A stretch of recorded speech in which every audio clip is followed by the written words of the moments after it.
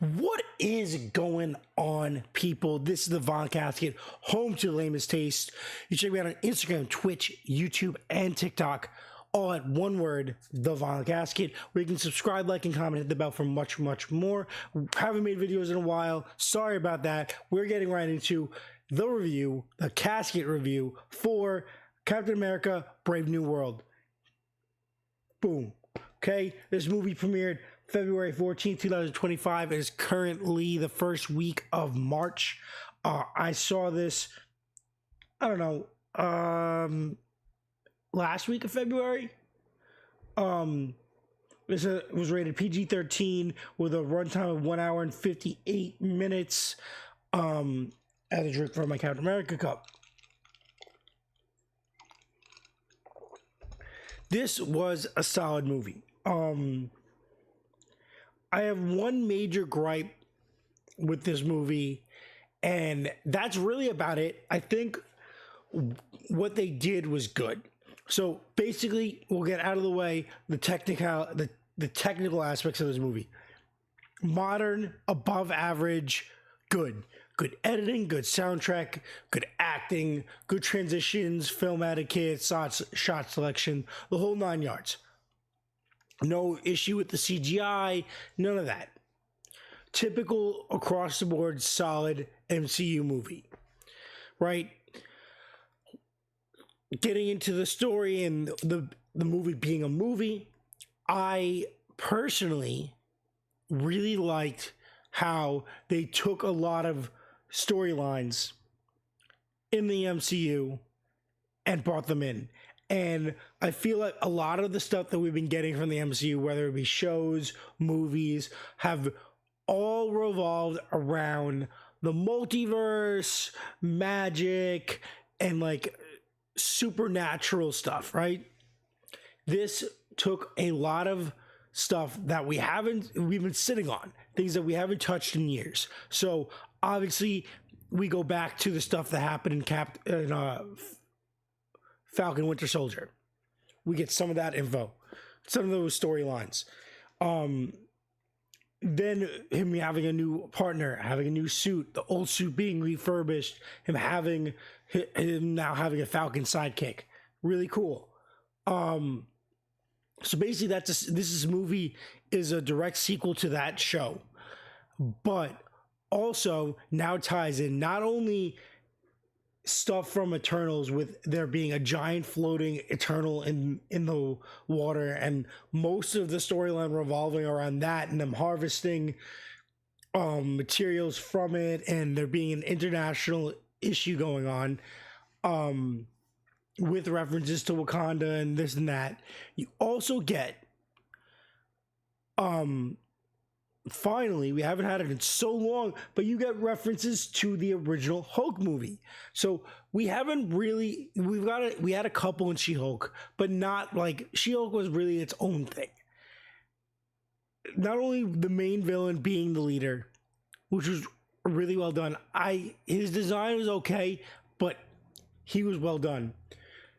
But the character story development of Thaddeus Thunderbolt Ross from that movie, throughout the Avenger movies, throughout Captain America Civil War, throughout Captain America Civil War? Or Captain America Winter Soldier? Whatever. Throughout all those movies, he's been there. In the Iron Man movies, in that, he's been this revolving door of consistency in character throughout the MCU. From a movie that was technically not even in the MCU to being now. And my biggest gripe is the recasting to Harrison Ford. This is a hot take. You can clip this, you can talk about this, I don't care.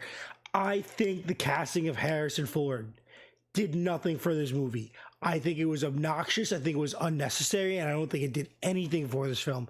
I think the man who is the original actor that has done at least, and I'm 100% not accurate, but at least 7 appearances as this character throughout your franchise, to just when you finally going to turn him into the pivotal character that he is, you're going to make him the president. You're going to make a big storyline around him. You're going to, have him have his full circle moment, turn him into the Red Hulk. You recast him to a big name Disney owned actor.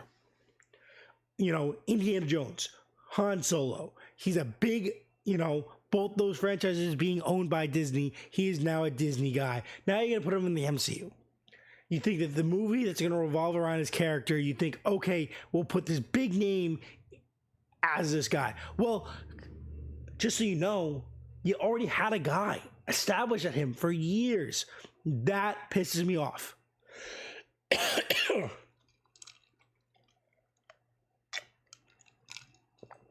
There was generally nothing beneficial of Harrison Ford taking on that role. I don't think he did any better than the original actor would have. I don't think he added anything to the movie that we would have missed. I don't think it mattered at all. Having the leader be the same actor, having Betsy, his daughter, come back as the same actress, it really, really rubbed it in the face that this was a big FU to anyone that cares about consistency and continuity. I don't like recastings at all, but if they're done early, I don't mind. Like the whole War Machine thing. I don't care about that. That was done, nipped in the butt so early that it's fine. You're way too late in the MCU to be doing recastings. Way too late. Especially characters that have been pivotal characters throughout your movies. It is too late to recast them. Unnecessary. Second of all, the secondary villain, when they were doing the whole snake serpent society shit, I don't think it was executed well. I think they could have done Serpent Society better. I don't really care about this actor that they used, and I feel like what's his name, Giancarlo Esposito, he's cool. They hyped him in the original teasers and the trailers. They hyped him up. I don't think he lived up to that expectation. I don't think he did anything that was pivotal or necessary. Could have been anybody, and I don't think he filled the role correctly of Sidewinder. And I'm mad, obviously we don't know what was going to go on with